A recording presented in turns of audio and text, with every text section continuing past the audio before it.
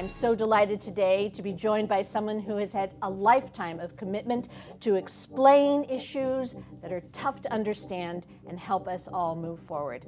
It is so wonderful to be joined today by writer, political analyst, Earl Ofari Hutchinson. So nice to have you here, sir. Well, it's a pleasure to be here. In terms of race and equality, have there been any, are we progressing at all? You know, Maria, I get that question a lot. And it's always, are we going forward, standing still, or going backwards? And I always start with this. The glass is half full and half empty. So, I mean, obviously, as a country, we're not where we were, say, in 1970.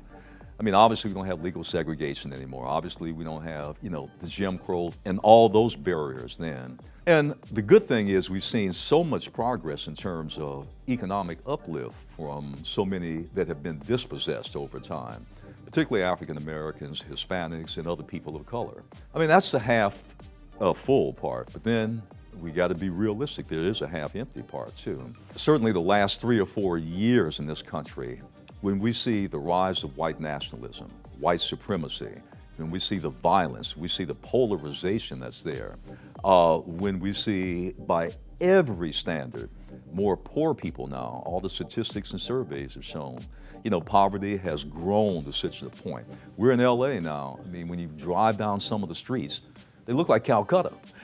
You have this side by side.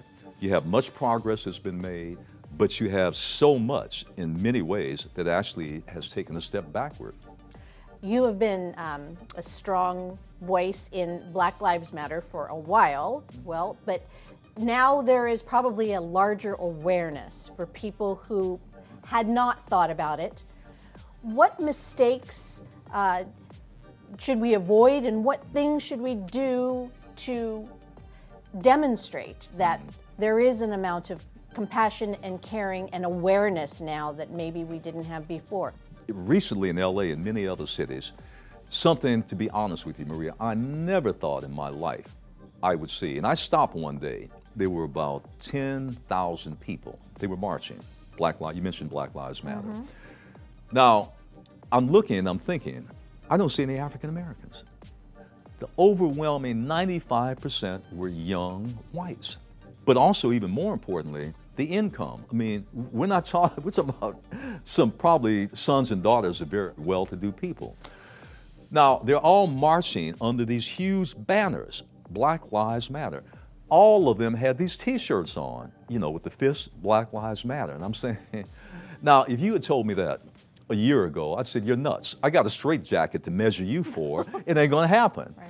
But it did happen, and it is happening. So, young people are now feeling, many young people are feeling, look, life, a black life, or a person of color's life, has oftentimes meant very little. Now, we're on your side. We're marching on your behalf. We're gonna take some of the heat. We got it. That's a good thing when you see that. But having said that, that was a good thing. Once again, I think the only little thing that kind of goes off in my head when I see this, what happens when COVID passes and you don't have time anymore? You're back in school. You follow me on this. You're back in school. You're back at work again. You're back with the partying again, with the social events. You're back in the fraternities and sororities. You're back in that life. Will you be back out there again? Or is it just a trendy kind of thing? I'd like to think it isn't. Right. But, and I'll leave it with the but. Do you think that those voices are being heard now? Because with the most recent civil unrest, there does seem to be, coming from the political authority, words that imply that there is going to be policy change and that those voices have been heard. Well, again, the operative word is the implication, right. But we don't know that.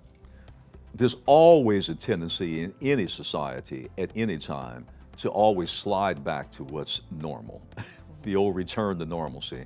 After the protests, after you got thousands of people moving around, I've always felt that established leaders can just bide their time. Oh. Just sit there and do nothing. It's almost like let the big wind pass. And then what happens is a return to normal, unless you have groups of people that are willing to sit there without TV cameras, without microphones, without reporters, that glamour stuff, willing to do the hard, dirty, in the trenches work, behind the scenes work that takes time, it takes patience, it takes a strategy, it takes a plan, it takes objectives that are clearly spelled out, and a willingness to stick to it. If you're not willing to do that, then, to me, to be honest with you, it's just feel-good stuff. You know, you mentioned the media. The whole landscape of the media has changed so dramatically in a very short period of time. There are sources that were never available, maybe even 15, 20 years ago, the 24-hour news cycle, et cetera. And you being someone who is so familiar with the media, having written for so many publications and so many broadcasts and having your own radio program on and on and on,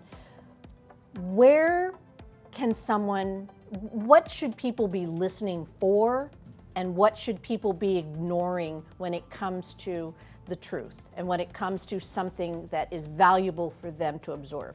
Well, that's a good question too, and that's always kind of like the old Diogenes thing, walking through with a lamp looking for an honest man or a woman. You know, that's a tough one to answer. The fact is, we're bombarded with so much now. I mean, from so many sources. You know, one of the things, it's kind of off to the side a little bit, but bear with me with this. In another world, also have another little passion, urban ballroom dancing. So we cut a little 4-minute video where we were just I was showing some of the urban ballroom dance moves. Now here's the thing, when I do my big ticket political, social stuff, the writings, live streaming, social media, commentary, you know, it's like I get a yawn, maybe 5 people. This little 4-minute ballroom dance segment, I mean, thousands of people, tuned into it. I said, I can't believe this. I can't get 5 people, when I write something serious. But this little frivolous, off to the side, fun and games, there's a point there.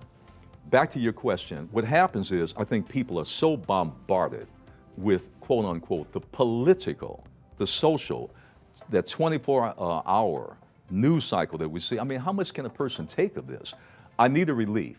I need to have some fun. I need an escape. I need to get away from this. So trying to talk to people, trying to influence people, it's very difficult now because we have an overglut now. We really do. We have an overglut, and there's only so much in the human psyche that you can take at one time before you shut down. Oftentimes, you shut down to those compelling facts, those compelling truths, compelling things of action that people need to take to change their lives and to change society. So, because we've gone to the other extreme, to be brutally frank, we have too much. We have too much. And 30 or 40 years ago, it was minimalist then. You just had about, 3 major TV stations. You had newspapers in it people read in that era. And that was pretty much, and radio, and that was it. Now, look what you've got. You got a world of so many possibilities and, frankly, so many distractions. Well, you are a doctor of humanity. I mean, you have a doctorate in sociology, correct? Correct. So, you definitely not only look at the issues, but you look at the human spirit behind those issues. You do actually write about what you see is going to happen and why it's going to happen. So I get into trouble because sometimes I put on the table painful truths. I'm not one to deny things. Nor am I one just to go along with the crowd. I have to tell you, Maria, my life has been this. When the crowd goes this way, I tend to go the other way. Sometimes it gets me in trouble. But I'm not one that goes along with always the thinking as is. Well, I am really honored to have had this time with you. I certainly hope that people hear, read, and listen to what you say because it's an incredibly important thing. So. Well, I want to thank you for having me in Channel 35. I appreciated that.